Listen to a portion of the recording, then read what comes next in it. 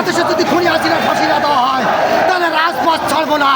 তার সাথে দলের লোকগুলা যারা জেলের মধ্যে আটকা পড়েছে তাদেরকে আমরা বাংলাদেশে ফাঁসি দেখতে চাই।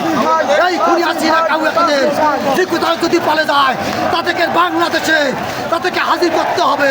যদি ফাঁসি না দেওয়া হয় তাহলে বাংলাদেশে আমরা রাজপথ ছাড়বো না।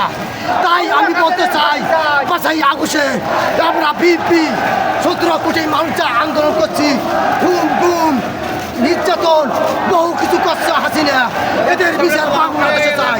যদি বাংলাদেশে যদি না দেওয়া হয় তাহলে রাজপথ ছাড়বো না। তাহলে আমরা আবার মাঠে নামিয়ে দেবো। ওদের দল মলকে সবাইকে ফাঁসি দেখতে চাই। তাই 18 কোটি মানুষ, 20 কোটি মানুষ, 18 কোটি বিএনপি ভোট দিতে কেন হয় দেরি? আমরা এই খালেদা জিয়ার ভক্ত।